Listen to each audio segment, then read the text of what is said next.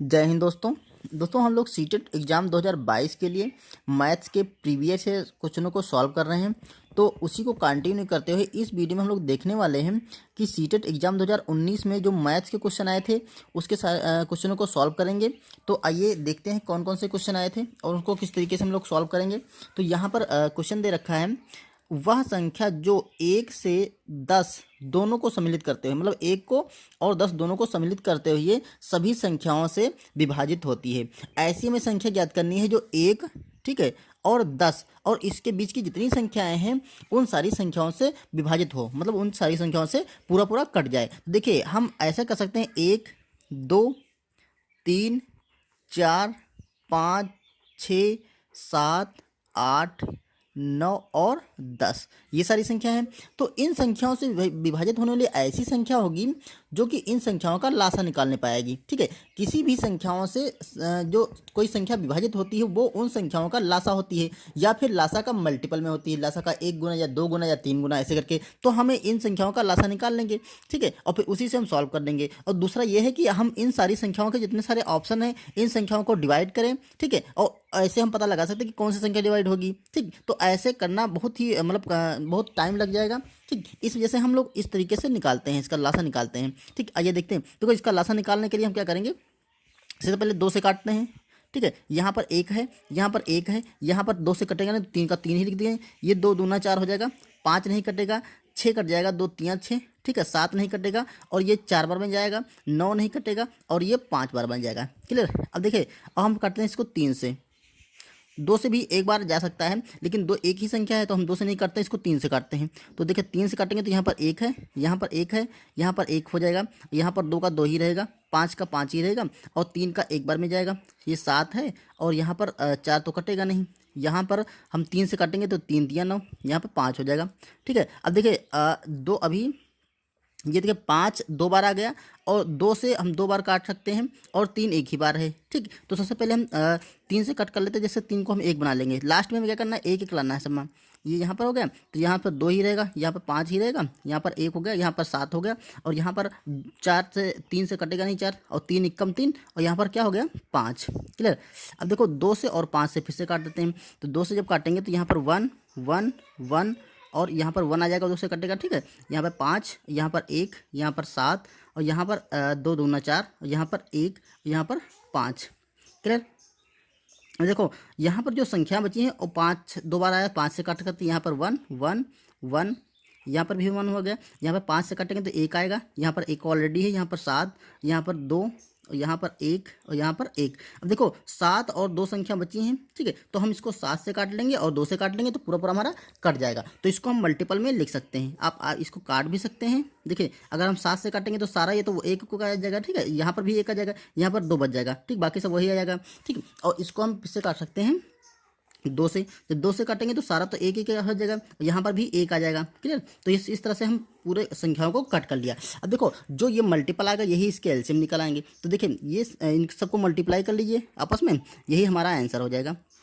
देखो इसे मल्टीप्लाई करते हैं तो 2 3 6 और 6 3 18, 18 2 36। ठीक है, 36 के अगर हम मल्टीप्लाई नहीं कर सकते तो यहाँ पर अलग लिख लेते हैं 36। ठीक है, और यहाँ पर देखिए यहाँ पर 36 हुआ था। अब 5 से 7 को 7 5 35 और 35 दूना 70, तो यहाँ पर लिख देंगे हम 70। अब इसको मल्टीप्लाई कर लेंगे, देखिए लास्ट में 0 है तो 0 ही आएगा और 7 से मल्टीप्लाई 7 छंग 42 का 2 और 7 रोग 21 और 4 25, तो ये आ गया हमारा 25 और 20। ये संख्या आ गई। ये ऐसी संख्या है जो 1 से लेकर के 10 तक सारी संख्याओं से पूरा पूरा कट जाएगी। आप काट के इसको चेक भी कर सकते हैं। ठीक है, तो ऑप्शन नंबर हम डी लगा देंगे। दोस्तों क्वेश्चन दे रखा है आयशा के पास, आइए अगला क्वेश्चन देखते हैं। एक वर्ग की भुजा 4 सेंटीमीटर है, इसे काटकर 4 बराबर वर्गों में विभाजित किया गया है, प्रत्येक छोटे वर्ग का क्षेत्रफल ज्ञात कीजिए। देखिए अगर उसने कहा है कि एक वर्ग है, कुछ इस टाइप से वर्ग होगा, वर्ग जिसकी सारी भुजाएं बराबर होती हैं और इसकी भुजा 4 सेंटीमीटर, तो अगर ये 4 है तो ये भी 4 होगी और ये भी 4 होगी और ये भी 4 सेंटीमीटर होगी। ठीक है, कह रहा इसको काटकर 4 बराबर वर्गों में विभाजित किया जाता है। देखो अगर इसको काटा गया, 4 वर्ग बनाए गए, मान लेते ऐसे काट दिया गया तो ये 4 वर्ग बन गए, तो जो इसका क्षेत्रफल एक रहा होगा, जो बड़े वाले वर्ग का क्षेत्रफल रहा होगा उसको हम 4 से भाग कर देंगे तो इन अलग अलग भागों का क्षेत्रफल आ जाएगा। ठीक है, क्योंकि बराबर बराबर भाग है ना, उसने कहा है बराबर भागों में विभाजित किया गया है। तो देखो अब यहाँ पे हमें फार्मूला वही लगाना है कि एक वर्ग का क्षेत्रफल क्या होता है, जो वर्ग या स्क्वायर का जो क्षेत्रफल होता है वो बराबर होता है भुजा स्क्वायर। ठीक है, अगर आपको याद है तो अच्छी बात है, नहीं तो याद देखो भुजा स्क्वायर जो भी भुजा देखिए उसका हम स्क्वायर कर दें, उसकी पावर को हम सॉरी उसको हम 2 बार मल्टीप्लाई कर देंगे। तो भुजा स्क्वायर है, देखिए भुजा इसकी देखिए 4 सेंटीमीटर, तो यहाँ पे हम 4 का स्क्वायर कर देंगे, तो इसको हम लिख सकते हैं 4 गुणा 4, तो ये क्या हो गया 4 चक्कू 16, तो ये इसकी आ गई 16 सेंटीमीटर स्क्वायर। ठीक है, ये उसका क्षेत्रफल निकल आया, इस पूरे वर्ग का क्षेत्रफल निकल आया। अब कह रहा है इसको 4 भागों में बांटा गया है, तो इसको हम 4 भागों में अगर बांटेंगे, ठीक है, देखो अगर ये 16 पूरा टोटल एरिया दे रखा है 16, और इसको हम 4 भागों में बांटेंगे तो क्या आएगा, ये 4 आ जाएगा, ये 4 आ जाएगा, ये 4 आएगा और ये 4 आ जाएगा, 4 4 8 4 12 4 16। ठीक है, तो इस तरह से इसका जो क्षेत्रफल एक जो छोटा सा क्षेत्रफल जो छोटा वर्ग निकलेगा ना, इसका क्षेत्रफल 4 वर्ग सेंटीमीटर हो जाएगा। देखा छोटे वर्ग का क्षेत्रफल निकलता है, तो इस तरह से हम निकाल सकते हैं कि 4 जो छोटा वर्ग होगा उसका क्षेत्रफल 4 सेंटीमीटर स्क्वायर होगा। ठीक है, तो ऑप्शन नंबर हम ए लगा सकते हैं। और इसका दूसरा तरीका हम ये लगा सकते थे कि देखिए इसको हम लगा दिया, ठीक है, अब इसको हम 4 भागों में से वर्ग बना लेते हैं। तो देखो अगर 4 भागों में बांटेंगे तो ये भुजा 4 सेंटीमीटर थी, ठीक है, तो इसको बाहर तो ये 2 आ जाएगी और ये हमारी 2 आ जाएगी, ये 2 हो गई और ये 2 हो गई, ऐसे ये भी 2 हो जाएगी और ये भी 2 हो जाएगी, ये 2 हो जाएगी, मतलब सारी भुजाएं जो होंगी छोटे छोटे ये 2 हो जाएंगी। तो अब एक का वर्ग हमें छोटे वर्ग का क्षेत्रफल ज्ञात करना है, तो इसकी भुजा 2 सेंटीमीटर, ये भुजा कितनी 2 सेंटीमीटर, तो अब क्या होता है भुजा स्क्वायर होता है, क्षेत्रफल जो होता है वो भुजा स्क्वायर होता है, तो 2 और 2 का स्क्वायर करेंगे तो वो भी बराबर हमारा 4 आएगा। तो इस तरह से हम दूसरे तरीके से निकाल सकते हैं। दोस्तों यहाँ पर बहुत ही आसान क्वेश्चन आया था, 5/8 एक भिन्न है, ये किस प्रकार की भिन्न है हमें ये पता करना है, ये यहाँ पे बताना है। देखिए यहाँ पे देखा उचित भिन्न, अनुचित भिन्न, मिश्रित भिन्न और विपरीत भिन्न। तो देखो 5/6 है, तो आपको बता दो जो भिन्न होता है उसमें क्या होता है अंश, ये आपको पता होगा, अंश बटा हर होता है, अंश बटा हर। तो अगर कोई भी भिन्न हो जिसमें अंश बड़ा हो और हर छोटा हो, ठीक है, मतलब अगर अंश आपका अंश क्या है बड़ा है और हर क्या है छोटा है, मतलब हर छोटा हो गया अंश बड़ा हो गया, तो वो भिन्न होती है अनुचित भिन्न। अगर अंश छोटा है और हर बड़ा है तो वो होती है उचित भिन्न। ठीक है, और जो मिश्रित भिन्न तो जो बटे सही संख्या लिखते हैं वो मिश्रित भिन्न होती है। देखिए उचित भिन्न को बोलते हैं जो संख्या में हर छोटा होगा, ठीक है, और अंश छोटा होगा और हर बड़ा होगा। जैसे यहाँ पर देखिए या 5/8 लिखा है, तो ये क्या है, ये एक उचित भिन्न है, इसका अंश क्या है छोटा है और हर क्या है बड़ा है। इसी प्रकार हम लिख सकते हैं 1/2, देखिए अंश छोटा है और हर बड़ा है, ये भी एक उचित भिन्न है। अगर हम लिख सकते हैं 8/12, मतलब भिन्न का अंश छोटा हो और हर बड़ा हो तो वो सारी भिन्न क्या हैं उचित भिन्न। तो इस क्वेश्चन का तो आंसर उचित भिन्न आ गया। अब हम लोग देख लेते हैं अनुचित भिन्न। अनुचित भिन्न दोस्तों ऐसी होती है जिसका अंश बड़ा होता है हर से। जैसे यहाँ पर हम लिख देते 7, तो 7 से कोई भी संख्या कम लिख दोगे, जैसे मान लो यहाँ पर लिख दिया 3, तो ये भी क्या बन गई, ये अनुचित भिन्न बन गई। ठीक है, इसको असमान भिन्न भी बोलते हैं। अगर यहाँ पर लिखा हमने 3, तो इसके नीचे हमें 3 से कम ही लिखना है, 4 लिख देंगे तो वो बन जाएगी उचित भिन्न। तो यहाँ पर 3 से कम हम 2 लिख सकते हैं या तो 1 भी लिख सकते हैं। ठीक है, यहाँ पर लिखते मान लेते 12, तो इससे हम कम कुछ भी लिख सकते हैं। जैसे यहाँ पे 8 लिख दिया तो ये क्या बन गई, एक अनुचित भिन्न बन गई। क्लियर। यहाँ पर देखिए मिश्रित भिन्न हम लोगों को पता है कि जैसे बटे सही वाली होती है, जैसे 4 सही 3/2 या 2 सही 1/5, 200 यहाँ पे 12 कर लिए। तो ये इस टाइप से जो ये भिन्न बनती है ये अनुचित मिश्रित भिन्न होती है, विपरीत भिन्न कोई नहीं होती है। ठीक है, तो ये ऑप्शन गलत है। तो इस तरह से हम ऑप्शन नंबर ए लगा सकते हैं। दोस्तों यहाँ पर क्वेश्चन देखिए काफ़ी बड़ा क्वेश्चन है और थोड़ा आसान है लेकिन थोड़ा बड़ा क्वेश्चन है। देखिए 3 ब्रांड ABC के पेन क्रमशः 10, 12 और 24 के पैकेटों में हैं। ठीक है, 3 ब्रांड के पेन है, एक पैक 10, ए का जो है उसमें 10 पेन है, बी में 12 पेन है और सी में 24 पेन है। यदि एक दुकानदार तीनों प्रकार के पेन समान संख्या में खरीदने हैं, मतलब दुकानदार को तीनों प्रकार के पेन है लेकिन कि जो पेन खरीदने हैं सबकी समान संख्या में खरीदने हैं। जैसे मान लो इसके 100 पेन तो इसके भी 100 पेन, इसके भी 100 पेन खरीदने हैं।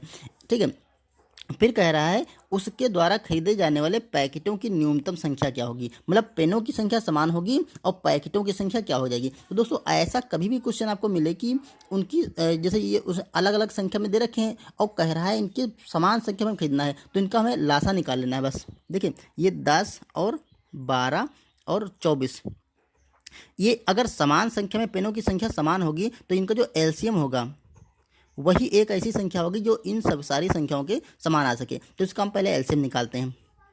देखो हम इसको काट लेंगे, बड़ी से बड़ी संख्या से काटते जैसे कि जल्दी हम काट सकते हैं। तो ये 2 से पहले काटते हैं, 2 पंचे 10 और 2 छाक 12 और ये हो जाएगा 12 दूना 24। ठीक है, अब काटते हैं हम इसको, 5 से कटेगा तो 5 से काट लेते हैं, 5 एकम 5, 6 और 12। दूसरा डायरेक्ट 6 से काटते हैं, 1 6 एकम 6 और 6 दूना 12। तो यहाँ पर हम 2 से काट लेंगे तो ये 1 1 1। तो ये हमारा आ जाएगा, इसका जो एलसीएम निकलेगा वो 2 गुणा 5 गुणा 6 गुणा 2।